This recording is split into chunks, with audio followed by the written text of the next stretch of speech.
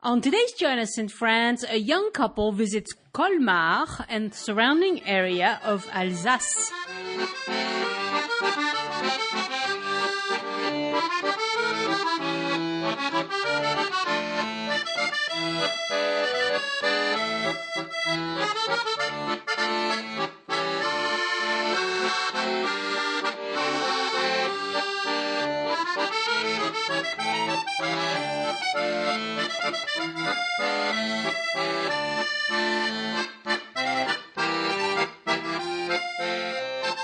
This is Join Us in France, episode 120. Bonjour, I'm Annie, and Join Us in France is the place where I tell you about my travels and discovery of France, and also where I interview other people who visit France. Today we have Katie and Nathan. They went to Alsace, and they went to Provence, the southwest. They had a wonderful time, and they are a young, energetic couple. It was fun interviewing them. My interview with Katie and Nathan was so fun. They did so many things, and the interview was super long. So I decided to break it up into 3 parts. Today we'll hear about their visit to Colmar and Alsace. Next week we'll hear about their visit to Annecy, Chamonix, and the Alps. And the week after that, it'll be the last bit, and they'll take us along with them to Provence, the Gorge du Verdon, and Carcassonne.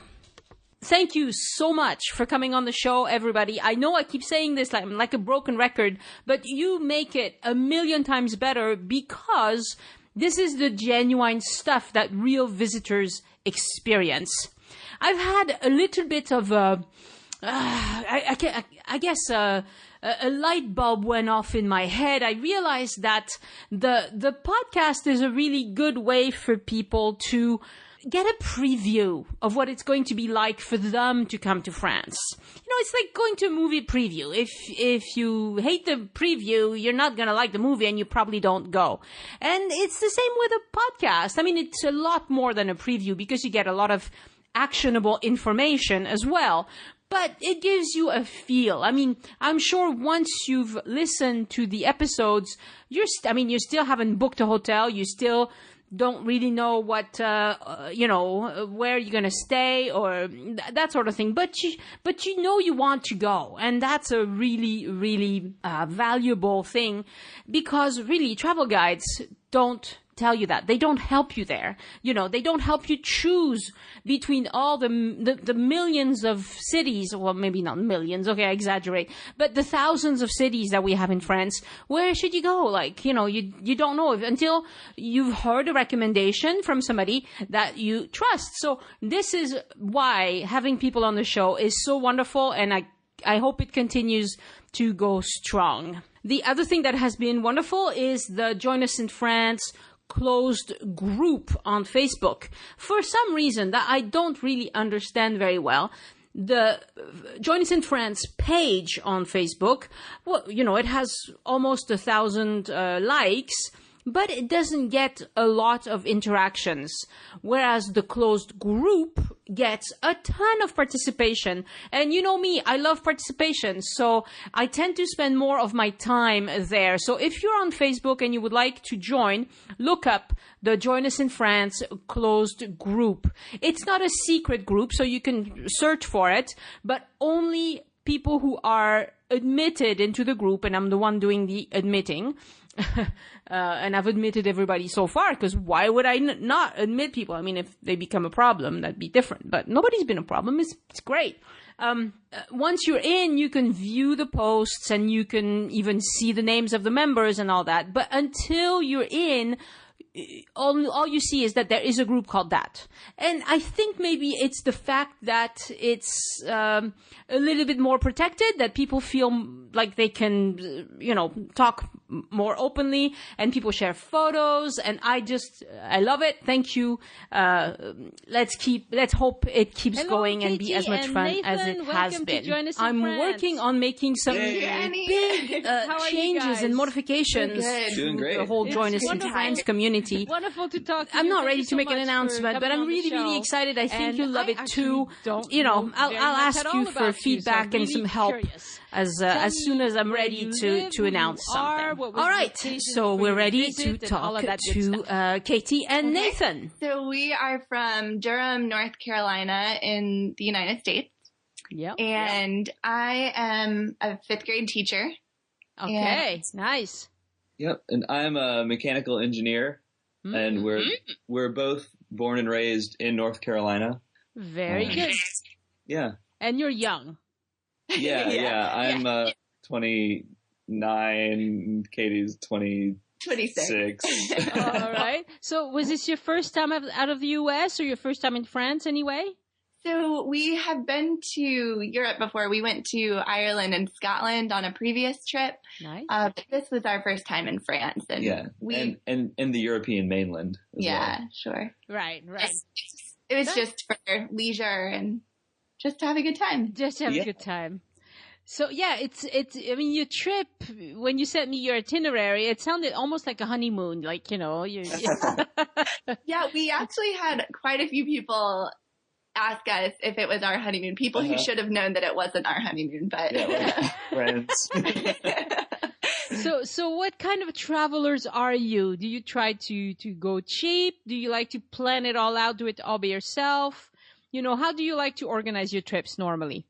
So with the previous trip, when we went to Ireland and Scotland, we did very much so on the cheap. We stayed all in hostels and didn't even book them all in advance to add a little bit of adventure to the trip. But this time we slowed down and we booked more Airbnbs, which I feel like is a slight step up in quality and maybe not so in cost necessarily. But depending on where you go and when, etc. Yeah. Yeah, exactly. So we did more Airbnbs and found that to be much more enjoyable. Oh, that's great. That's great. Yeah. So how many days did you stay in France?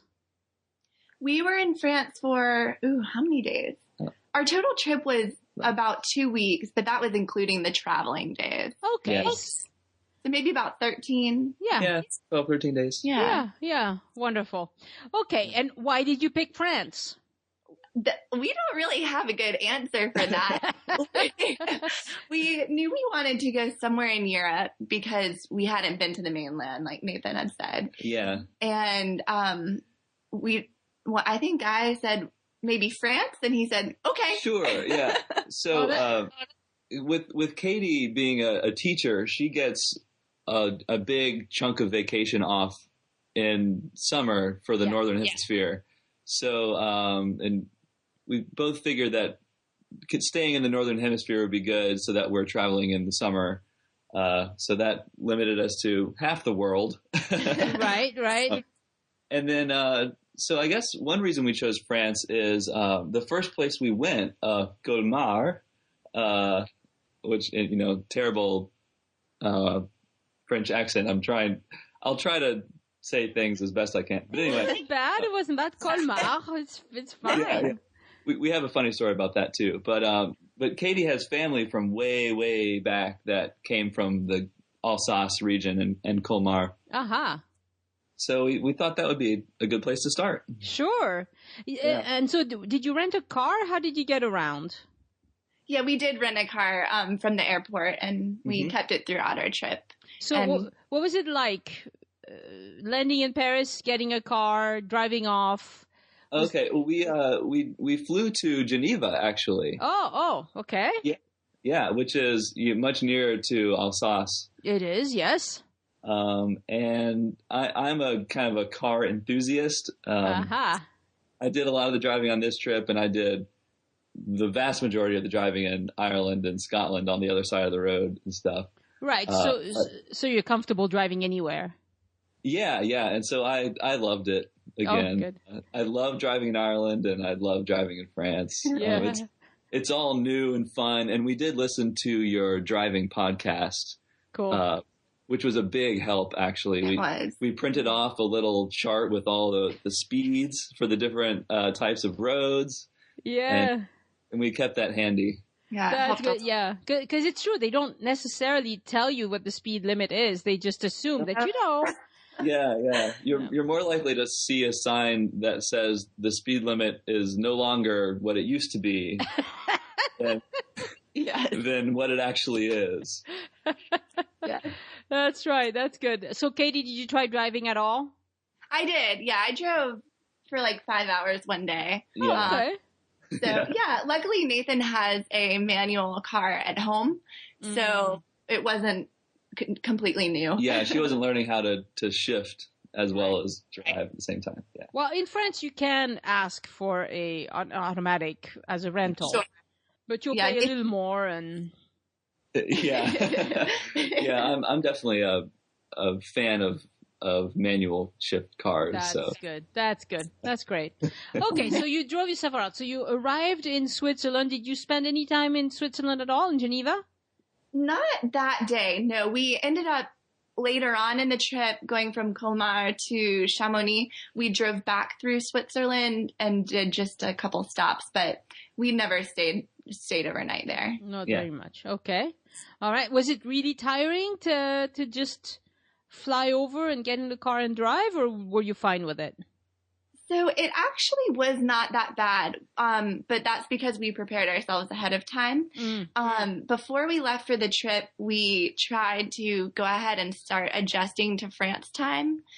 So we tried sleeping on the plane. Oh, wait, did we sleep? I don't remember what we had to do. But we woke up really early the morning that we left so that it was 9 o'clock a.m. in France. And by the time we got in France, we really were not that tired. No. Driving wasn't that bad. No, it worked out really well. So we adjusted our sleep schedules and we took melatonin, which is like a supplement that helps you go to sleep. We took that on the plane, and when we arrived in Geneva, we both felt pretty good, which was in contrast to when we landed in Dublin when we did our France trip. We thought we were going to die. So it worked out much better than last time. That's good. So you get off the airport and you drive off to Colmar. Yes. So tell me about Colmar. I have actually never been to Colmar. It's one of those places that's on my list, but I haven't done it yet. So I'm all ears. What was great? What was not so good? What do you recommend people do? Maybe if they're with kids or if they're older or whatever, or people your age? So we loved it. You have to go. I know. The photos look so nice. Yeah. It was just beautiful. I feel like sometimes when you go to a place and you're taking pictures for your trip, you have to be strategic about where you point your camera so that it looks extra beautiful. Correct. But in Colmar, you could point it in any direction and get just as beautiful a picture. Wow. It was just so colorful. Yeah, the city is very well kept, I must say. Mm-hmm. Yeah, there's a lot of half-timbered houses. It's medieval. Oh, yeah. Yes. And we actually stayed in a 16th century house, and we stayed with a couple of winemakers. Wow. For a family of winemakers. Uh-huh. And so that was a really neat experience too. So was this like an Airbnb where you picked to stay, to not have the whole place yourself? Yeah. So it actually was not through Airbnb. I think we got it from a Rick Steves book. Oh, okay. It was called, I don't know how to say this. It's like Maison Martin Jund, maybe? Yeah. That was it's Maison. Yeah. Martin. Yeah. Jund. Martin Jund. Jund. Is it like a German name? It might be. Jund. Yeah. So because it's so close to Germany when you're in Alsace. Yeah. I think it's Jund. That's how I would say it in German. I don't know. I don't speak very good German either, but okay. All right. So this was this maison. Was it like lots of guests, or was it just the two of you? And I think they had probably 10 rooms. Yeah, maybe? something like that. Maybe more. But it was a hotel. Yeah. But the building was great though. Half of it was a true working winery. they sold wine out of the front of the building. They have a little cave, if you will. And it's run by the family. So we did a tasting a little later on, and it was, we took the tasting with the guy that made the wine. Nice. It was really, really entertaining. Mm-hmm. So do they make a white or a red or both? They make only one red. So I guess Alsace is known for its white wine. Correct. And so, yeah, it was mostly white. We really liked the Riesling and the Gewürztraminer. Yes. Yeah. Which neither of us had ever had before. Ah, yes. It's great with turkey. It's the Thanksgiving wine. Oh. Okay. Yeah.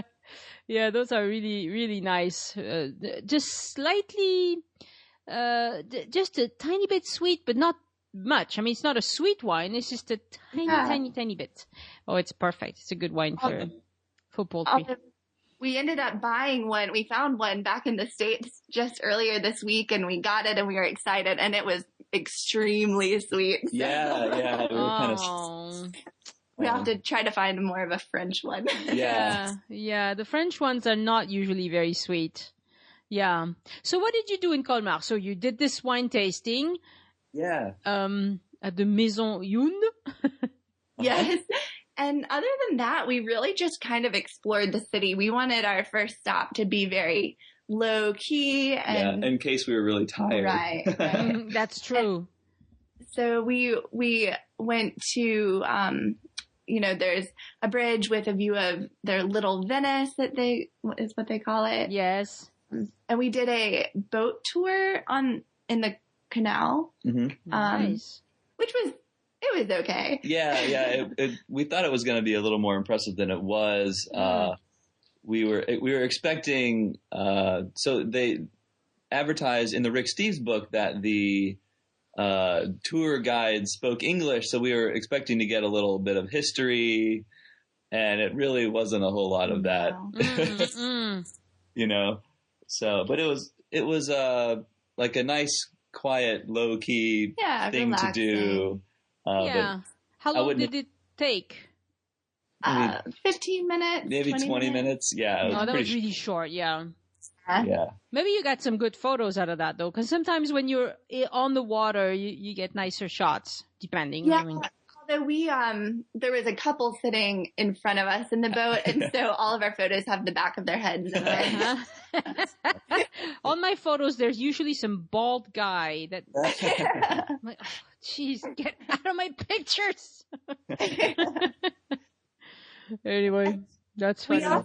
We took a couple day trips from Colmar to the nearby towns in Alsace. So we went to Riquevihr, I think is how you say it. Ooh, you're going to have to spell that one. Yeah, it's Riquewihr.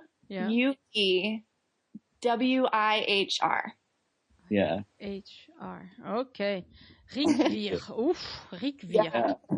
Wow. All right. And that was also beautiful. I mean, it looked straight up out of a fairy tale. Oh, wow.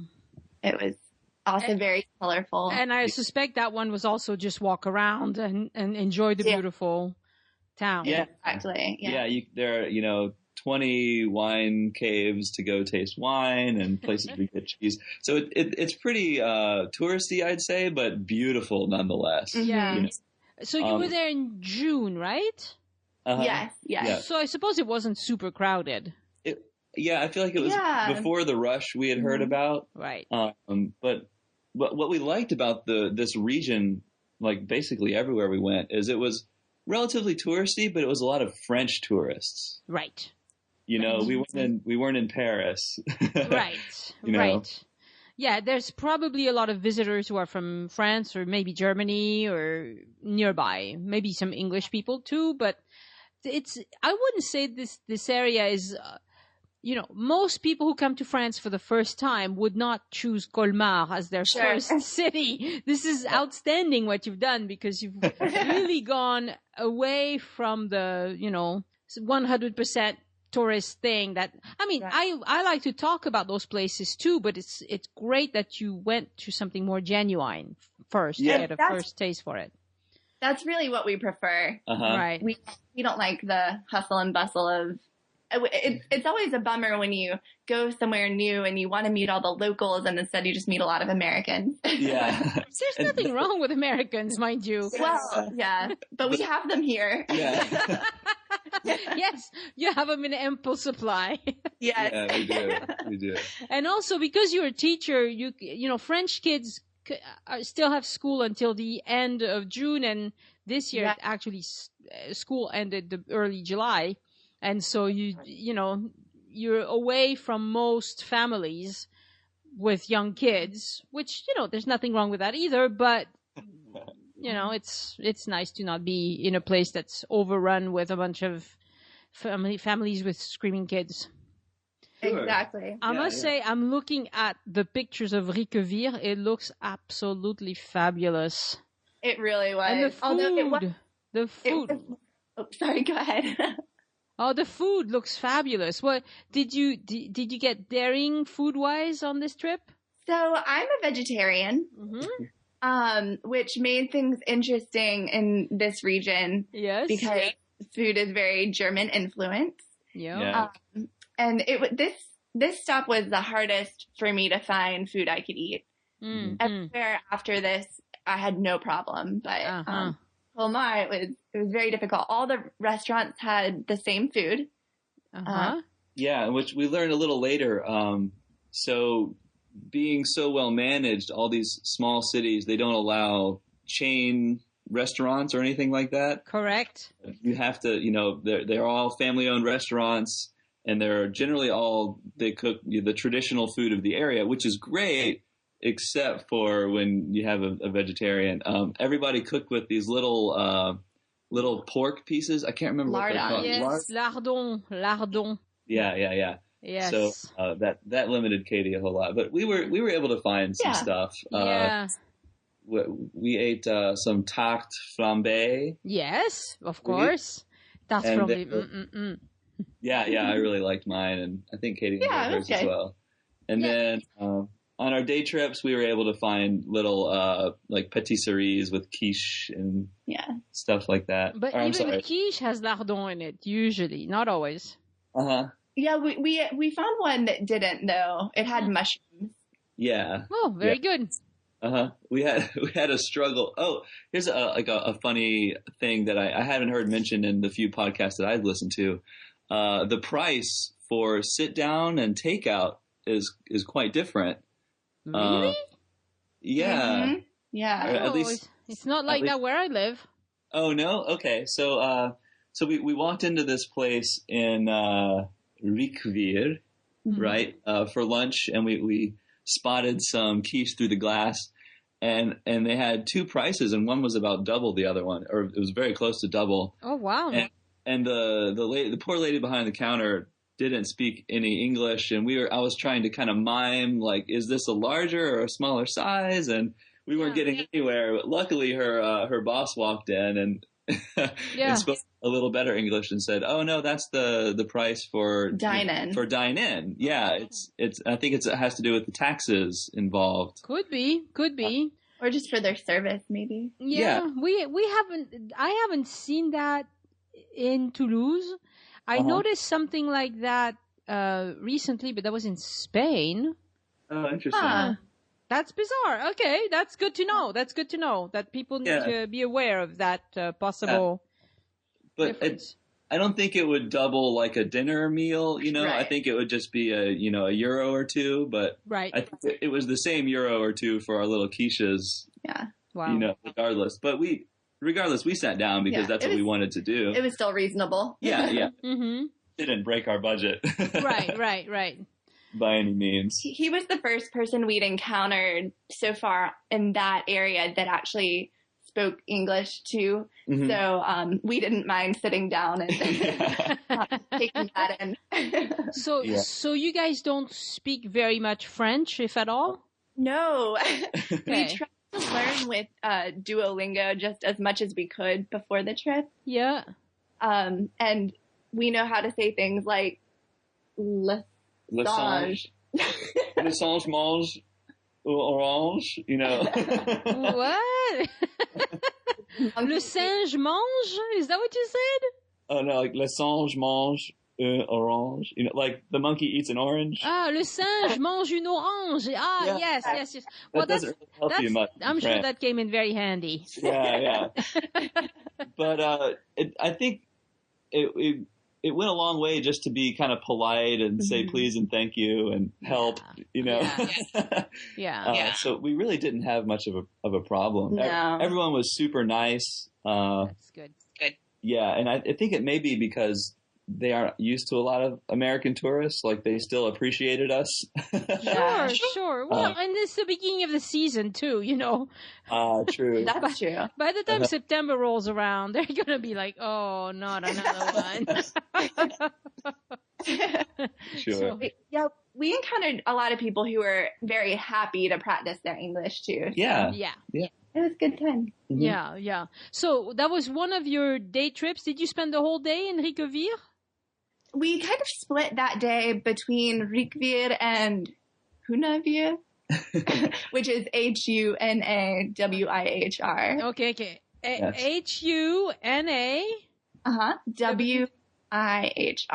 Yep. Gee, I have no idea how to say that. Neither do we. Is that a real place? I mean, I believe you, but it's an even smaller winemaking village. Yeah. With beautiful sights in all directions. Yeah. What's really cool about the places around here is not only is the town beautiful, but if you get near the edge and you get a shot of, you know, the last building on the edge of the village and the surrounding countryside, it's all beautiful vineyards. You know, with fig trees sprouting up everywhere. Chateau. Yeah, chateaus or, you know, medieval ruins poking out of the hills. So it's just beautiful. Oh, I'm looking at some pictures of Hunawihr. I can confirm they're not making this up, folks. There is a place called that. Very small. Very nice. So that probably took half an hour. Yeah, about that. Oh, the drive? Walking around. Yeah, it's pretty small. It looks really scenic, though. It looks beautiful. It is. Yeah. It was much less touristy than Riquevihr. Mm-hmm. That's good. So I want to go back to the vegetarian bit. What did you end up ordering that was okay for you? Like, sure.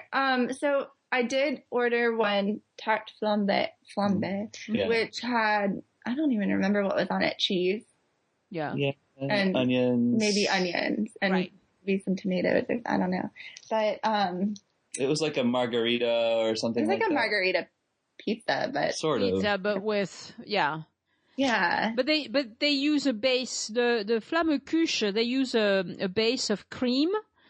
Right. And very often they make it with like slowly roasted, pan roasted onions. Okay. And they're roasted in butter, and so it's really delicious. But most of the places I've had this, they add lardon, which is bacon, you know. So. Yes. Yeah, we were only able to find one restaurant that served a vegetarian one. Yeah. So. And it was delicious. Do you remember which restaurant it was? Ooh, I don't remember. Okay. Well, if you find it, send it to me and I'll put it on the website, because that's always good to know. We will. Sure, I can find it, so I'll send it to you. Okay. So, yeah, my daughter's a vegetarian, and so I'm suffering along with you there. I mean, I eat vegetarian often, but not every day. Like if there's no vegetarian option, I'll have something else. But sure. It's really hard. I mean, there are places in France where, especially there, it's sauerkraut and sausages and, you know, dishes like that are full of meat. Right. Yeah. We also went to an Italian restaurant there, called La Romantica. Yes. La Romantica. And that was in Colmar. It was. Yes. Okay. And that had a lot of vegetarian options, and it was delicious. Yeah. Oh, good. La Romantica. I'm writing it down so I can put it on the website too. Excellent. Very, very good. Okay. So, more around Colmar, or was that it? The only other thing we did in Colmar was we went to Château Haut-Kœnigsbourg. Yep, which is maybe 30, 45 minutes north of Colmar. Château Ho. Haut. Yes, Haute, yeah. Yeah, Königsberg, which is a... Koenigsberg,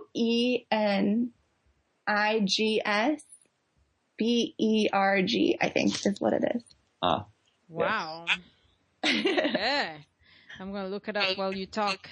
So that's a chateau. That's not a town. Right. Yeah. It's, you drive up a mountain and suddenly you reach this beautiful castle. Mm-hmm. And you can do a tour. We didn't. We just, kind of hiked around the perimeter of it. Yeah, the top of the mountain. Really nice. We got some great views of it that no one else was getting. Yeah. So, yeah, unfortunately we were under a time crunch because we had scheduled our wine tasting for the middle of the afternoon. That's when the family could do it. So we knew we wanted to go to the chateau that day. So we drove up to the chateau and, meandered around for 30 minutes. And then ran back to Colmar for the wine tasting. Mm-hmm. And we passed, like a 1/3 scale version of the Statue of Liberty on our way. Yes. Nice. Yeah. Just along the side of the road, or? Just in the middle of a roundabout. Yeah. Oh. I think the story goes that the artist that designed the Statue of Liberty is from that area. Oh. Yeah. Yeah, so we got to see that as well. It was really very cool. nice. Did you stop? Is there a traffic jam? We did not stop. There were a lot of cars at that roundabout, but we took some pictures from the car. Yeah, and there were people on the side of the road taking pictures. There were. I don't think you sent me one of those pictures. You might have to send it to me. Okay, I might have to put it on the website. Sure. Okay. That's funny. That's funny. Yeah, That's great. So would you? So what type of person? What type of age group would you recommend Colmar and that sort of area for the people listening? Do you think it's appropriate for people with kids or older people or whatever? I think kids would probably get bored. Yeah. Mm-hmm. We didn't get bored. It was beautiful. We loved every second of it. We didn't want to leave, but probably kids would not enjoy it so much. We'd at least not doing the activities that we did. Sure. Yeah. If I would say probably for not to stereotype, but usually like an older crowd would probably like this place a lot better. People that really want to soak up the culture, and spend time with the residents, live the French way, you know? Yeah. We did a lot of just going to the local, what's the bakery called? Boulangerie in the morning, you know? Oh yeah, we loved that. And grabbing our baguette and our sweets. Eclairs, yeah. Yeah, for kids, there are probably kid-specific activities. Sure, yeah. You know, or swimming pools are always good, or equestrian, like, you know, you can find a equestrian club that will take you around, and, you know, you can add little things like that to break it up when you're with kids. Yeah. Yeah. Very good. So did you visit any museums in that area or any churches or anything like that? No, I don't think we went to a single museum on our whole trip. Although we heard that there are some really good ones there. We did. We spoke to some Australian travelers that had just come from the museum. There's a famous museum in Colmar, and they have a very historical altarpiece. Yeah. That has multi-parts, and it's very beautiful. Yeah. Yes, we spoke with that traveler, and then we also spoke with an American guy in the tourist information office. Oh, okay. For maybe a half hour, and he was a scholar, and he was studying the history of Colmar, and so we kind of got like a personal kind of guided tour of the history of Colmar. Wow. Which was kind of nice. He recommended the Modern Art Museum that you mentioned, and then also one, or maybe it's the same. The guy who designed the Statue of Liberty has a museum. Yes. And then and then the museum with the altarpiece that Nathan was talking about. Mm-hmm. Okay. All right. But anyway, I will try to find links to those museums or to, the most interesting museums that you can see in Colmar and put links to that on the website. What was the little Venice thing? That's just, I guess, the view of the old town from the canal. Kind of. Okay. It's just beautiful. It's a beautiful view. Okay. All right. Yeah. It's just a little section, and you can find it on the city map. Yeah. There. Did you go into any churches or synagogue or anything like that? No, not here. Okay. All right. Yeah. That's okay. Yeah. One more interesting thing we did, actually the night we arrived, after dinner, we were kind of walking around and taking in the sights, and the Euro 2016 tournament was on, and France was playing that night. And they ended up winning, and the town went wild. It was crazy. Yeah. Everyone jumped in their car or their motorbike, and they were honking and waving flags and yelling for hours. Yeah, for a time. Yeah. People are crazy. That was really fun. We enjoyed that. We were glad that we knew what was happening, because if we had just gone to bed, we would have been kind of scared probably. Yeah, that's how I knew that France had lost the final. Was the dead silence. Oh, okay. I was like, oh, we must have lost. Because I was in bed reading. I don't really care about soccer. So I just went to bed and I was reading. And I'm like, the game must be over by now. And crickets. Nope. I think we lost. Okay. Anyway, yeah, that's good to know. If there's a lot of commotion, it's probably some sports event that the French just won or something. Yeah. Yep. Or a strike, I guess. But could be a strike. You never know. This is France. You never know. This is the end of our conversation about Colmar and Alsace. Sorry about the abrupt cutoff, but I really hadn't planned to do this in 3 episodes.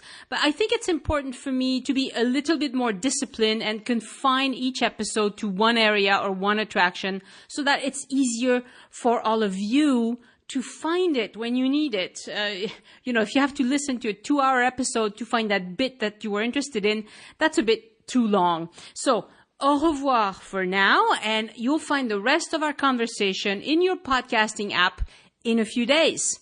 Which reminds me that I should remind you, you should subscribe to the show with a podcasting app on your phone or on your tablet. It's the easiest way to make sure you get every episode as soon as it's ready. My favorite podcasting app right now is called Castro. Castro, but you can use the Apple podcasting app, which is already in your phone, in your Apple device, or maybe Pocket Cast or any of the others. Just search for the word podcast on the App Store or your Android store. And we're also in TuneIn Radio and most other places that have podcasts. So, au revoir, everybody. And let's pick this up where we left off in a week. Many thanks to listeners who donate to the show or use our Amazon or hotel booking links on joinusinfrance.com or on the show notes that appear on the podcasting app on your phone. Most new listeners find the show through a recommendation from a friend. If you're the kind of fan who drops our name here and there, bless you and thank you for your help. I hope you have a great time in France, and when you come back, consider sharing your experience and thoughts with other listeners. Drop me a line, Annie@joinusinfrance.com, if you'd like to do a trip report with me. Thank you. Au revoir. This episode is licensed under the Creative Commons Attribution Non-Commercial Non-Derivatives International License.